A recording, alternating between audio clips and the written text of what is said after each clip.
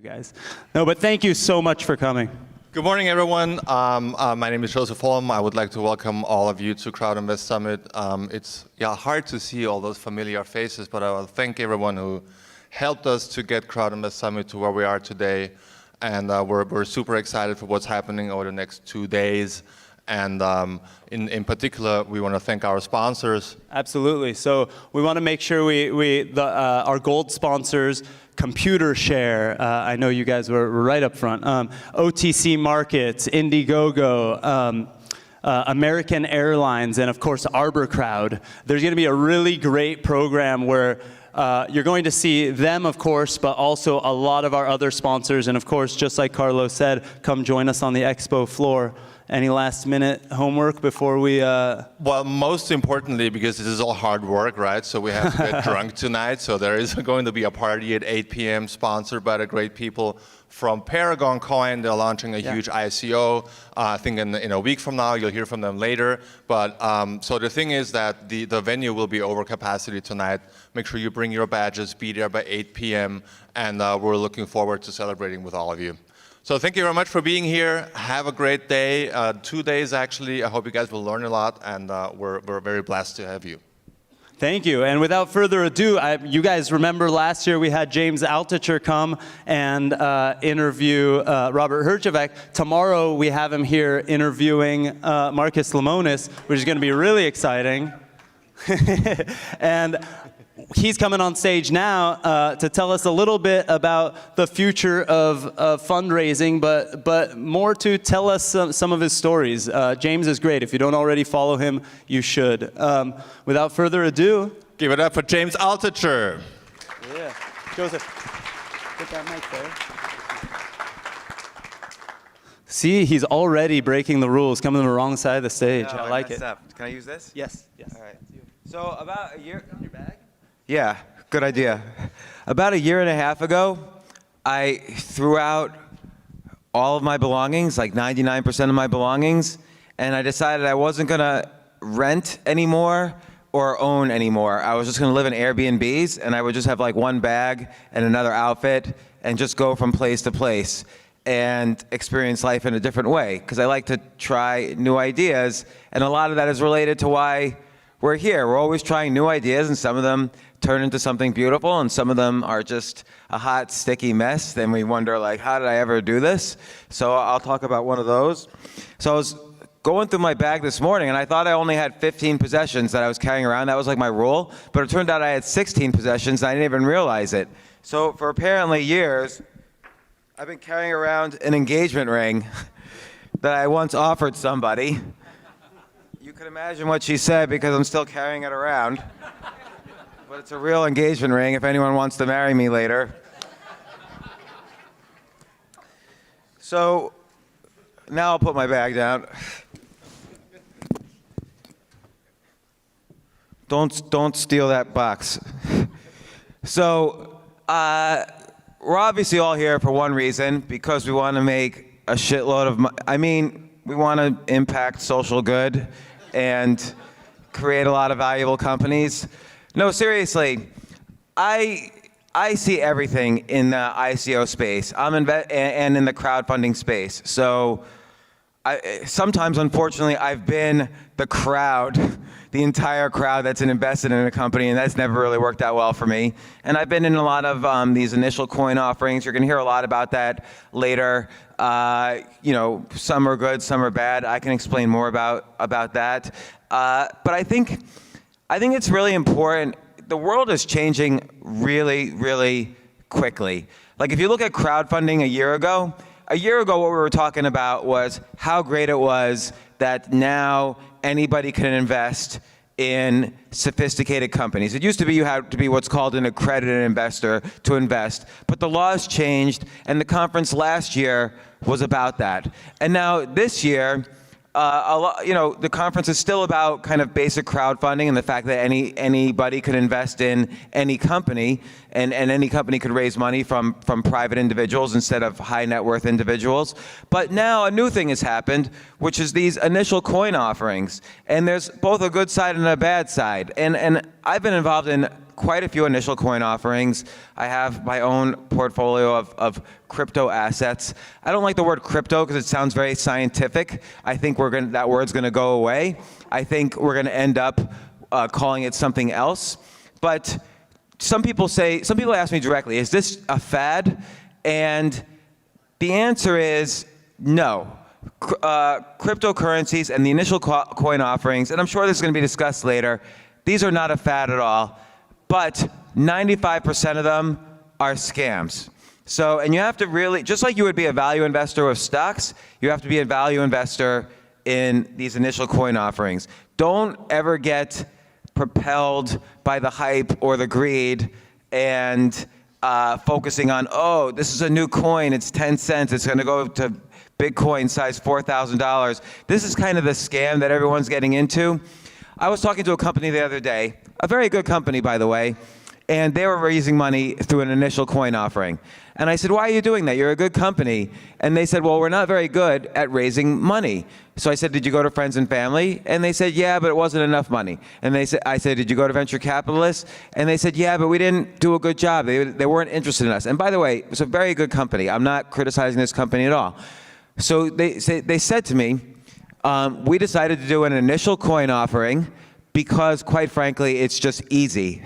And they're going to do it and they'll raise a lot of money. And I encourage people who have good companies to look into this way of making money or to raising money. But for most people, for the crowd, I still want to stay focused on the basics. So I always try to teach my daughters how to invest and how to start a business and how to come up with ideas. It's very important to me. It's very important to me that they don't make the same mistakes I've made. What are some of those mistakes? Well, some of you know some of them, but I'll tell you one story. One time, this was several years ago, this is like 5 or 6 years ago, I lived about 60 miles north of New York City. So a guy found out where I lived and found out my exact schedule. Like I had written in a blog post, I was going to go to a yoga class the next day. So he went from Long Island to Grand Central, all the way up the Hudson Valley, and he ran to this yoga class. He was like panting, and he said, I meet him right outside the class. I wasn't expecting to see him. I didn't even know who he was. And he said, I have this idea to pitch you.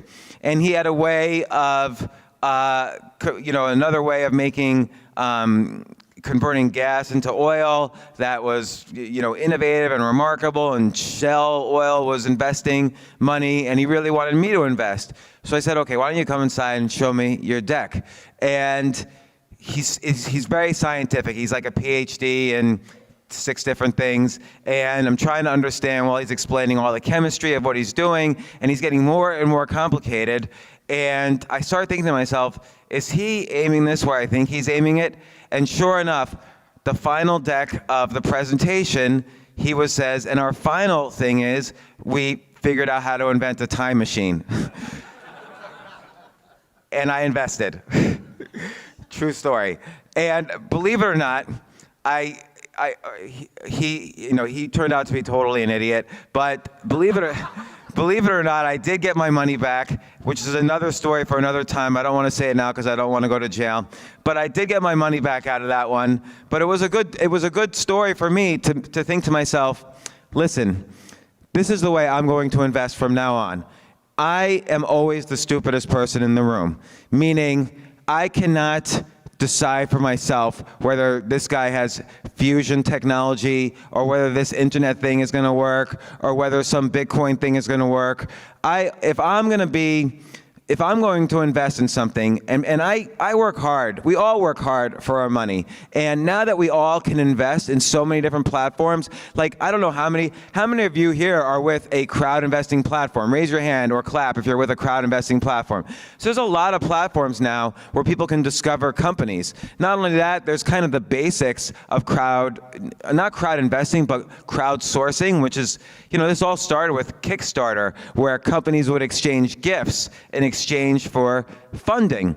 And Kickstarter was really brilliant and innovative in that you kind of pre-source your customers. Like you set a level, I need to raise $1 million, and I'm gonna sell this kind of special chair that levitates or whatever. And people give gifts to get early access to the chair, and then you don't even build a chair, until a levitating chair, until you sell $1 million worth. So you have you bake in your customers. It's such a genius idea. I actually still encourage people to raise money the best way possible, which is from customers. I've started over 20 companies, and I've been invested in maybe over 50 or 60, and then indirectly many, many more.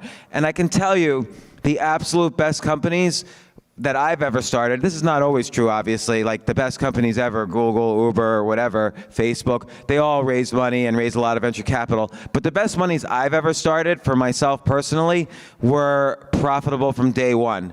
And that's because I use customers to raise money. Customers are your best crowd because they want a service from you, they want your product, and they don't take any of your equity. Now, the next level is you give customers some equity, and that's worked for me as well. If a customer is going to make me profitable from day one and holds out his hand for equity, I'm happy to do that. So I've done that as well.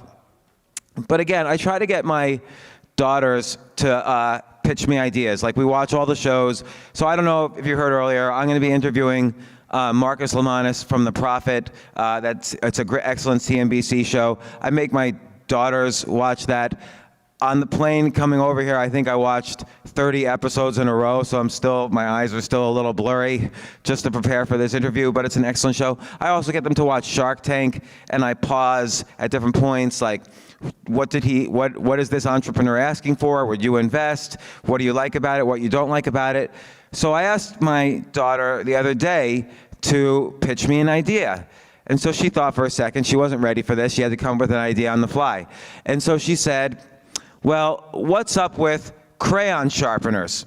And she said, and I'm like, crayon sharpeners? And she said, yeah, there's a kindergarten in every single school in the world or in the United States, and they're all making these bad crayon sharpeners. And I'm like, what do you mean? And she said, crayons are made out of wax. They can't be sharpened. You can't have a sharp crayon. So all these crayon sharpeners are wrong. We need to fix this problem. And she said, and then I said, take it a step further. You haven't quite convinced me yet. And she said, it's okay. You know how we're all afraid of ISIS? And I'm like, where is she going with this? She said, it's not like ISIS kindergartners are stabbing Jews with sharpened crayons. And I'm like, okay, you could be a comedian. I'm not sure this is going to be a company, though. And so she's doing an ICO now for $200 million. Which is how easy it is to do an ICO. You can hire a company to put together the white paper. You can go on many different coin exchanges to do an ICO, and you can raise money because it's kind of a hot thing. But every year there's a hot thing. Doesn't mean ICOs are bad. There's some ICOs that are very good. But make sure, just like with a company, you understand the use case. You understand how it's making use of the fundamentals of Bitcoin. Just real quickly, how many of you want me to spend 5 minutes just understanding the fundamentals of cryptocurrencies from beginning to end so that you know why this might be a useful thing to follow? Some clapping if you're interested in this. All right. So I have two things. So I'm invested in I'll tell you, Bitcoin, Ethereum, and a bunch of other coins which I got in during the ICO process. And here's the trend that I'm following, and it's a 5,000-year-old trend, two 5,000-year-old trends. One is the trend of what I'll call theism to humanism to dataism. So let's say 1,000 years ago or 3,000 years ago, you were sick. What you would do is you would pray to your God, and you would go to the local shaman or priest or whatever, and you would hope that God would heal you or at least forgive you of whatever sin you had committed to cause your disease. And that lasted for a long time, and then we switched at one point to humanism. And we discovered doctors, where people became experts at healing, supposedly. Fun fact, a doctor a day kills himself. I bet you didn't know that. So, and here's interesting. Women who typically, I'm going off on a tangent from Bitcoins, I understand. Women who typically commit suicide less than men are more likely by 2.5 times, if they're doctors, to commit suicide, which just goes to show you women really do not want to see men undress. They don't want to do it. They'd rather kill themselves. So back to theism to humanism to dataism. So we started going to human doctors, and they would hit you on the knee, and they would make you cough, and they would say, take 2 aspirin and call me in the morning, or they would perform surgery on you or whatever. And, you know, some people would live and some people would die. And now we go to dataism. You go to a doctor, you explain your symptoms, he goes, you get an MRI, a CAT scan, an EEG, your genetics tested if you go to a great doctor, and it goes into a database, and the data spits out, well, with this kind of genetics and all these tests, he or she probably has this disease, and here's medication that probably works. So we start to trust data more and more. Pick another industry, like war. So it used to be 2 countries were going to war, or 2 tribes or 2 kingdoms. They would have their festivals beforehand and human sacrifice or whatever, and whatever god was stronger, that's the country or side that would win. So that was theism, belief in a higher power that would help in the war industry. Then we went into humanism. So whoever had more troops on the ground and more bullets and whatever, that country would win. Now, the war is being fought every single day. We saw a glimpse of it with the election, with all the supposed hacking and the hacking of emails, and we see it every day now. I mean, there was just news, the smart grid, the electronic grid of Poland, all the electricity in Poland is being hacked by some outside country, wonder who, and they're fighting every day. All the Eastern European countries with their old electronic grids, they're fighting every single day to keep the electricity on against cyber hackers. So war now is being fought purely on a data front. We don't feel it or see it in this room, but every single day, I'm sure all of us are going to get some kind of attack on our phones, in our emails, on our computers, to get information from us, to hack our data, and so on. So the war is every day, and it's fought by every country, including the US. So the same thing is happening with money in a big way. If you look at your dollar bill, it's really crazy. In the back, it says, "In God we trust." So there's still that element of theism, like we'll trust this dollar because we also trust God. Then there's George Washington on the front. There's all these there's the signature of the Secretary of Treasury. Like, you have the backing of the United States if you use this dollar, which is good. You know, I trust the United States for the most part, but many countries lost the trust of their citizens. You know, notably, Germany in the 20s, Argentina in the 80s, Russia in the 90s. Most countries have had a currency that's collapsed, no matter how much you trusted that country. So what the natural direction is for, again, data to come over and replace the use of paper currency, which has centralized control. Like, when you have a dollar bill, you think it's worth $1. But if tomorrow somebody at the Federal Reserve says, let's print up another trillion of these, your dollar bill might be now worth what was yesterday the equivalent of 90 or 80 cents. So this has happened over the course of the last century, that the value of the dollar has gone down like that. With cryptocurrencies, it solves all of these problems and more. There's lots of problems. Without getting too technical, cryptocurrency solves the issues of human intervention, human error, forgery, security, anonymity. If I send $1 to a friend of mine in China for some reason, it has to go to my bank, it has to go to the local reserve bank, it has to go to the central bank, it has to go through the international wire system, the central bank of China, the local bank of China, his local bank, him, and there's transaction fees all along the way. There's potential for human error, forgery, fraud, double spending, all along the way. This is why cryptocurrencies or data currencies were invented, and that trend is not going away. So why isn't there just one cryptocurrency? Well, there's not just one currency in general. Because of artificial borders, we have US dollars, we have Canadian dollars, we have pesos in Mexico, but these are just artificial borders. So cryptocurrencies, why is there more than one? There's not artificial borders, there's use borders. So for instance, there might be a currency that creates a decentralized data storage system, like a decentralized Dropbox. So it looks like Bitcoin in every way, but there's extra functionality for storage. So you can have storage on every computer, decentralized throughout the world. So that's a coin called Filecoin, for instance. So ICOs, when you invest in these ICOs, again, look for the use case. The trend is happening. It's not a fad. The demand for money is $150 trillion. That's how much currency is in the world. Right now, there's only 200 billion cryptocurrencies or data currencies. And again, there's every use case that you've seen in the real world, there's going to eventually be a use case in the crypto world. Just like we saw use cases in the real world, like retail, move onto the internet, we're now going to see it move into the internet of money, which is this Bitcoin stuff. So that was my 5-minute explanation of cryptocurrencies and how you judge an ICO and whether you should invest in one. And was that sufficient? Was that a little good intro? Do you understand a little better? All right, so that's good. So I'm going to blather on like this for another 5 minutes, and then I'm going to tell you something of incredible value, so you have to listen for the next 5 minutes. So I'm going to give you a little advice that was given to me by one of my dearest mentors. And first off, it's good, again, I always say I'm the stupidest person in the room. So if I'm going to invest in something, even in a cryptocurrency or in an internet company or even in a gas station, I need to know two things. One is, has the CEO done it before? Has the CEO built and sold a gas station before? Why sold? Because it's very hard to sell a company. Just as hard it is to build a company, it's hard to get value for your shareholders and sell a company. So that's number one. Number two is, I need co-investors who are smarter than me, because I can't, I'm going to be, by definition, I should be less intelligent than the CEO. He should know more about, or she should know more about his or her space than I do, or else I should start the company. Why am I investing in them?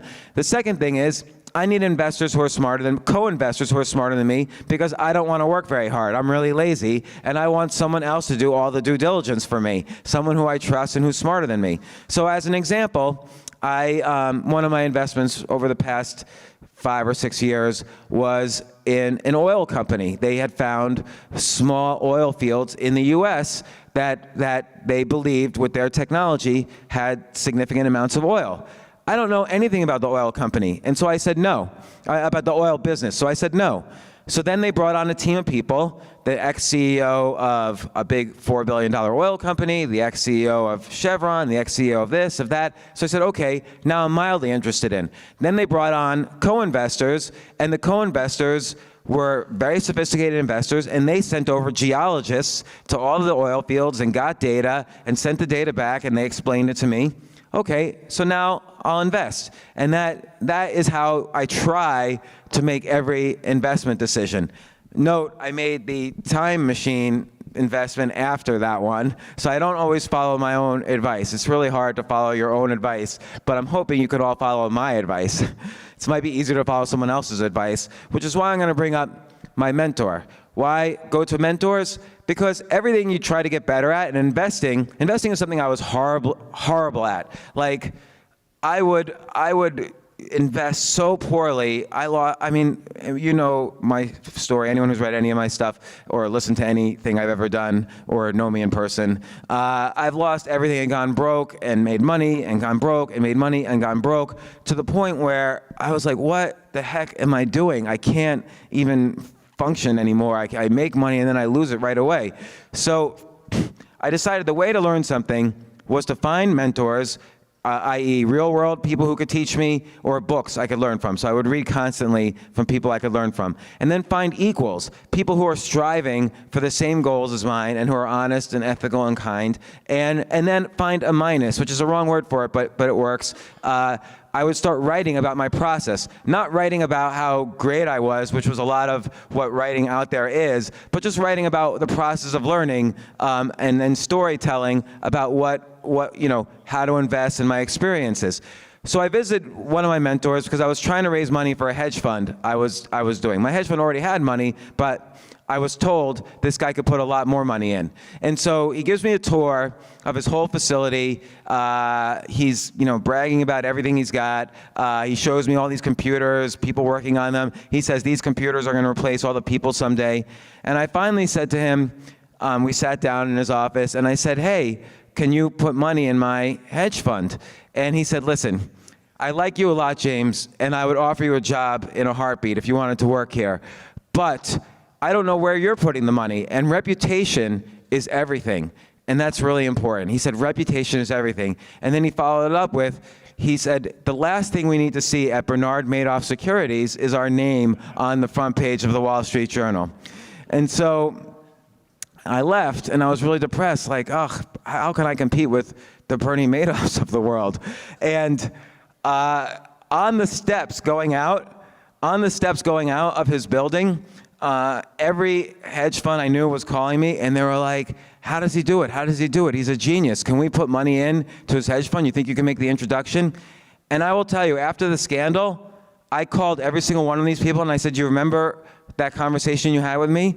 And 100% of them said, nope. We knew it all the time he was a fraud. And I remember, I called them. Why would I call them back? I remember who I called. And they were everybody just wants to artificially protect their reputation, but the key is to know internally that you're authentic, that you're providing a good service, that you're solving a problem, and that's why you're going out there and raising money, because you have a vision and a story to tell and something you believe in. And then and by the way, if you have customers, even better. If you have profits, even better. Then you'll be able to raise money from VCs, from a crowd, from ICOs, which I highly recommend you use if you have a valuable company.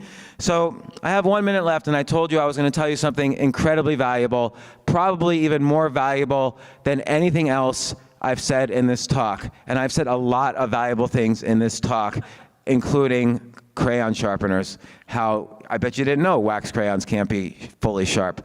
So if you're ever carjacked in the middle of nowhere, they take your car, they take your IDs, they take your wallet, they take your phone, you have nothing.